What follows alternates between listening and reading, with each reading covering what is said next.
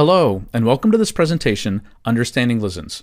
In this presentation, we'll explain what a LISN, or Line Impedance Stabilization Network, is, and how LISNs are used in EMC testing. To understand what LISNs are and how they're used, we first need to start by discussing so-called conducted emissions. Radio frequency emissions can be grouped into two main categories: radiated emissions, which propagate over the air or through free space, and conducted emissions, which are propagated along a conductor, usually a wire or a trace.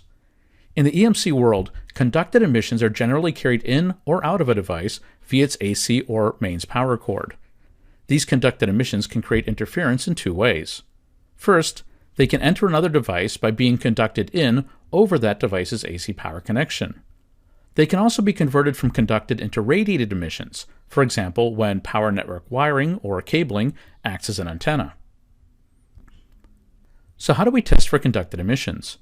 EMC standards such as CISPR 1612 and MIL standard 461 define the maximum permissible conducted signal levels, also called disturbance voltages, over different frequency ranges.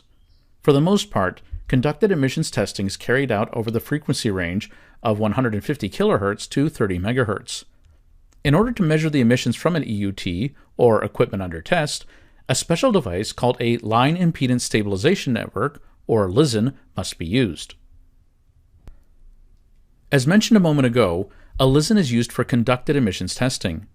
You may also hear LISNs referred to as an artificial mains network or as a V network. A LISN has three main functions. First, it provides a stable impedance, usually 50 ohms, on the mains end of the EUT's power cord. Another important function that a LISN provides is that it prevents RF signals on the AC power or mains network from entering the EUT via the EUT's power cord. And lastly, a LISN provides a port for attaching measurement instruments, such as an EMI receiver, spectrum analyzer, or oscilloscope. In the remainder of this presentation, we'll explain these different functions and how they're used in EMC conducted emissions measurements. Let's look at how a LISN is connected when making a conducted emissions measurement. The EUT, or equipment under test's power cord, is plugged into the LISN, and the LISN is plugged into the AC mains network. Our measuring instrument, here an EMI receiver, is plugged into the LISN's measurement port in order to be able to measure the levels of conducted emissions. Different types of LISNs may be required depending on the test standard and the equipment under test. For example, LISNs may differ in terms of things like their maximum current rating, frequency range, and the impedance that they present to the EUT. Some LISNs support different numbers of phases, such as the one shown here, or may support DC input power. In addition to differences in basic specifications, some LISNs have additional features such as high-pass filters, limiters, remote control capability, etc. Let's look at a conceptual schematic of a LISN, taken from Annex A of CISPR 1612. The 5 microhenry inductor increases impedance with increasing frequency, and its construction usually determines the maximum current rating of a given LISN. The capacitors help to both filter any incoming RF and decouple the power line. Finally, note that since the measurement port is part of the total LISN impedance, this port should be 50 ohm terminated when not in use. LISN stands for Line Impedance Stabilization Network, so it might be helpful to spend a few moments explaining what we mean by stable line impedance. The impedance seen looking into a standard AC or mains power outlet is largely a function of the wiring behind that outlet, and therefore this impedance will vary from location to location and from outlet to outlet. This isn't a problem for everyday use of power outlets, but in order to make conducted emissions testing repeatable between locations, that is, between different labs, the EUT should always see the same impedance at the mains end of its AC power line. Using a LISN between the EUT and the AC mains outlet provides a stable, normalized impedance over a given frequency range, usually the 150 kHz to 30 MHz range used for conducted emissions testing. If you're wondering how much the impedance of an AC outlet varies from place to place, this graph shows the maximum and minimum impedance values at 36 unfiltered outlets across the United States. Note that the impedance varied from a minimum of about 2 ohms to over 450 ohms over the frequency range used for most conducted emissions testing. This shows why a LISN is helpful in ensuring that a stable, known impedance is present regardless of location. Let's compare the curves on the last slide to a sample LISN impedance curve. Note that the impedance is very constant, close to 48 ohms, over the standard conducted frequency range. The steep drop-off in impedance below 500 kHz is due to the 5 microhenry inductor in our standard LISN schematic.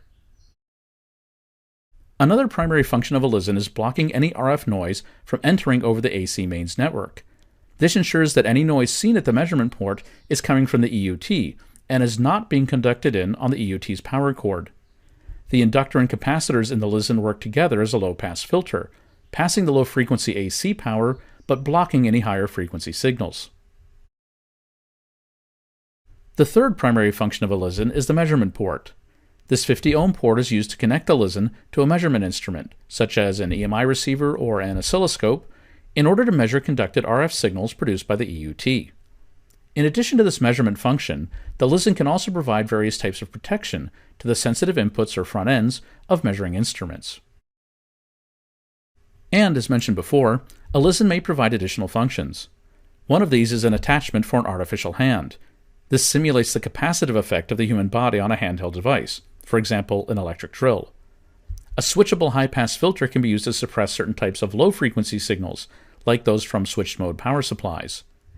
Transient limiters may be provided as a means of protecting the measurement instrument from large voltage spikes.